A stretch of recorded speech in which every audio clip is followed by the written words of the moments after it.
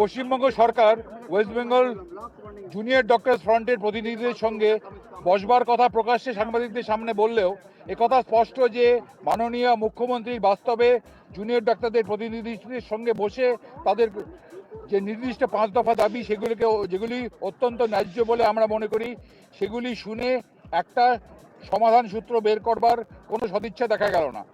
গত 10ই সেপ্টেম্বর এবং 11ই সেপ্টেম্বর পরপর দুটি মেল যা প্রশাসনের কাছ থেকে এসেছিল, তার কোনোটিতেই উল্লেখ ছিল না যে মুখ্যমন্ত্রী নিজে আন্দোলনকারী জুনিয়র ডাক্তারদের সঙ্গে বসবেন। বাস্তবে তিনি জুনিয়র ডাক্তারদের সঙ্গে বৈঠক এড়িয়ে গেলেন, অথচ তিনি জুনিয়র ডাক্তারদের ঘাড়ে দোষ চাপালেন। জুনিয়র ডাক্তাররা বৈঠকে বসতে চায় না। আমরা আশা করেছিলাম দুর্নীতিমুক্ত ও গণতান্ত্রিক পরিবেশ ফিরিয়ে আনার প্রয়োজনে মুখ্যমন্ত্রী জুনিয়র ডাক্তারদের আবেদনে সাড়া দিয়ে বৈঠকে বসতে রাজি হবেন। মুখ্যমন্ত্রী ইতিপূর্বে বহু বৈঠক করেছেন যেখানে লাইভ স্ট্রিমিংয়ের ব্যবস্থা থেকেছে, অথচ আজ যখন জুনিয়র ডাক্তাররা বৈঠকে লাইভ স্ট্রিমিংয়ের আবেদন করছেন তখন মুখ্যমন্ত্রী এড়িয়ে যাচ্ছেন। এর পিছনে কী উদ্দেশ্য কাজ করছে সেটা আমাদের জানা নেই। জুনিয়র ডাক্তাররা অবশ্যই কাজে ফিরতে চান, কিন্তু যখন দোষীরা গ্রেফতার হয়নি এবং প্রত্যেকটা মেডিকেল হাসপাতালেই যেভাবে এখনো হুমকি এবং সিন্ডিকেট চক্রের পান্ডারা বহাল তবিয়তে ঘুরে বেড়াচ্ছে, তখন তাদের বিরুদ্ধে কোনো রকম ব্যবস্থা নেওয়ার কথা মুখ্যমন্ত্রীর ঘোষণায় শোনা গেল না। উপরন্তু জুনিয়র ডাক্তারদের অবিলম্বে কাজে ফিরবার জন্য ভারতপক্ষে হুমকি দেওয়া হলো এবং সুপ্রিম কোর্টকে রেফার করা হলো। প্রতিদিন সংবাদপত্রে অভয়ার মর্মান্তিক মৃত্যু, এই সমস্ত হারহীন করা তথ্য এবং দুর্নীতির সাথে যুক্ত যে বিশাল চক্রের কথা সামনে আসছে, সে বিষয়েও মুখ্যমন্ত্রীর বক্তব্যে কোনো কথা শোনা গেল না। আমরা মনে করি অবিলম্বে মুখ্যমন্ত্রীর পক্ষ থেকে জুনিয়র ডাক্তারদের সঙ্গে বৈঠকের ব্যাপারে ভূমিকা করা প্রয়োজন। আমরা সিনিয়র চিকিৎসকরা জুনিয়র ডাক্তারদের আন্দোলনের পাশে সর্বদাই আছি। যদি জুনিয়র ডাক্তারদের ওপর কোনো রকম শাস্তিমূলক ব্যবস্থা নেমে আসে, তাহলে আমরা বাধ্য হব কর্মবিরতির মতো কোনো বড় পদক্ষেপ গ্রহণ করতে।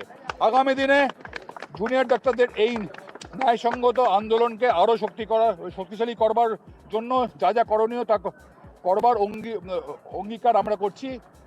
এতে আমরা আজকে যারা একসঙ্গে আছি, ইন্ডিয়ান মেডিকেল অ্যাসোসিয়েশনের ওয়েস্ট বেঙ্গল ব্রাঞ্চ আছে, মেডিকেল সার্ভিস সেন্টার আছে, সার্ভিস ডক্টরস ফোরাম আছে, আর জয়েন্ট প্ল্যাটফর্ম অফ ডক্টরস আছে, যার মধ্যে 7টি কনস্টিটিউয়েন্ট অর্গানাইজেশন আছে। এটা আমাদের সরকারের কাছে আবেদন, একটু সংবেদনশীল হয়ে সদর্থক ভূমিকা নিন, যাতে আমাদের আন্দোলনরত জুনিয়র ডাক্তাররা এবং যাদের সাথে সমগ্র শুধু চিকিৎসক সমাজ না, আমাদের সাধারণ মানুষ, সর্বস্তরের মানুষ যাদের সমর্থন আছে। আমরা এটা জানি যে চিকিৎসা ব্যবস্থায় ধর্মঘটে কিছু অসুবিধে হয়, আমরা সিনিয়ররা সেই ব্যবস্থাটাকে যথাসাধ্য আমাদের টিকিয়ে রাখার চেষ্টা করছি, আমরা সেই পরিশ্রম করছি। তা সত্ত্বেও জুনিয়র ডাক্তারদের সাথে আলোচনার জন্য সরকার সদর্থক ভূমিকা নেবে এবং সংবেদনশীলতার সাথে এই পুরো পরিস্থিতিকে বিবেচনা করবেন। এবং আমরা মনে করি যা যা ঘটনা ঘটছে তার প্রতি প্রতিটি মানুষের যে ধরনের ক্ষোভ আসছে সেটাকে প্রশমিত করার দায়িত্ব আজকে সরকার এবং প্রশাসনকেই নিতে হবে। জুনিয়র ডাক্তাররা যে আবেদন করছে, অর্থাৎ প্রশাসন এবং পুলিশের সর্বোচ্চ স্তরে যারা দায়িত্বে ছিলেন, অ্যাডমিনিস্ট্রেটিভ দায়িত্ব যাদের উপর ছিল, তাদের সরিয়ে রেখে তদন্ত, এটা কিন্তু এমন কিছু একটা আশ্চর্য ব্যাপার নয়, এটা ভয়ঙ্কর কোনো দাবি নয়। অতীতে এই উদাহরণ বহুবার আছে। যখনই কোনো জনগণের বিক্ষোভের মধ্যে সরকার পড়েছে, তখন কিন্তু পুলিশ প্রশাসনে যারা দায়িত্বে, স্বাস্থ্য প্রশাসনে যারা দায়িত্বে, তাদের সর্বোচ্চ স্তরকে সরিয়ে রেখেই তদন্ত করা হচ্ছে। আমরা তাদের বরখাস্ত করারও দাবি করছি না, আমরা শুধু বলছি তারা প্রশাসনিক দায়িত্ব থেকে সরে দাঁড়ান এবং তারপরে নিরপেক্ষ তদন্ত হোক। যে পরিমাণ দুর্নীতি এবং যে পরিমাণ ক্রাইমের রিপোর্ট আসছে সব জায়গা থেকে, এখনও কিন্তু প্রশাসনের সর্বোচ্চ স্তরে সমস্ত জায়গায় তারাই বসে আছেন। এইভাবে নিরপেক্ষ তদন্ত যে সম্ভব নয়, সেটা জনগণ জুনিয়র ডাক্তারদের সাথে সিনিয়র ডাক্তার আমরাও কিন্তু একই কথা মনে করছি। আতে আমরা মনে করি যেহেতু সিনিয়র ডাক্তাররা জুনিয়র ডাক্তারদের পাশে দাঁড়ালো, ফলে এই আন্দোলন আরও শক্তিশালী হলো। Number 1, number 2, justice for Abhaya, justice for RG Kar, এই দাবি কিন্তু আজকে সব জায়গায় উঠছে।